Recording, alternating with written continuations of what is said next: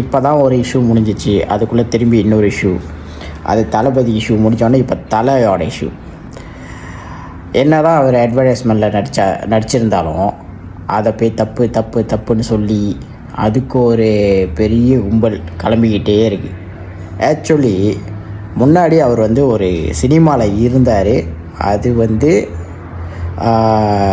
அந்த ஒரு இடத்துல அவருக்கு ஸ்பான்சர் எதுவுமே தேவைப்படாது. பட் இப்போ அவர் ரேசிங் உலகத்தில் இருக்கார்.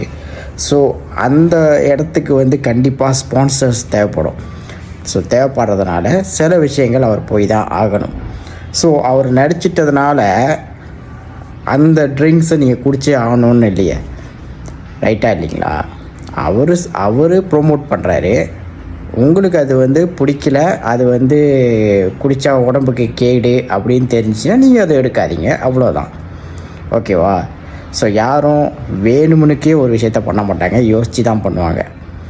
ஸோ ஸ்பான்சர் தேட வேண்டிய இடத்துல அவர் இருக்கிறதுனால சில விஷயங்களை அவர் போய் தான் ஆகணும். அவர் செஞ்ச விஷயம் ஒன்றும் பெரிய தப்பான விஷயம் இல்லை. உலக லெவலில் எவ்வளோ பேர் இந்த மாதிரி ஸ்பான்சருக்காக எல்லாம் பண்ணிக்கிட்டு தான் இருக்காங்க.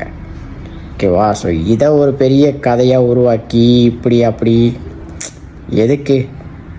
அவர் சொல்கிற மாதிரி உங்கள் ஃபேமிலி உங்கள் வேலையை மட்டும் பாருங்கள். ஓகேவா? அதுதான் நீங்கள் அவருக்கு கொடுக்குற ரெஸ்பெக்ட்.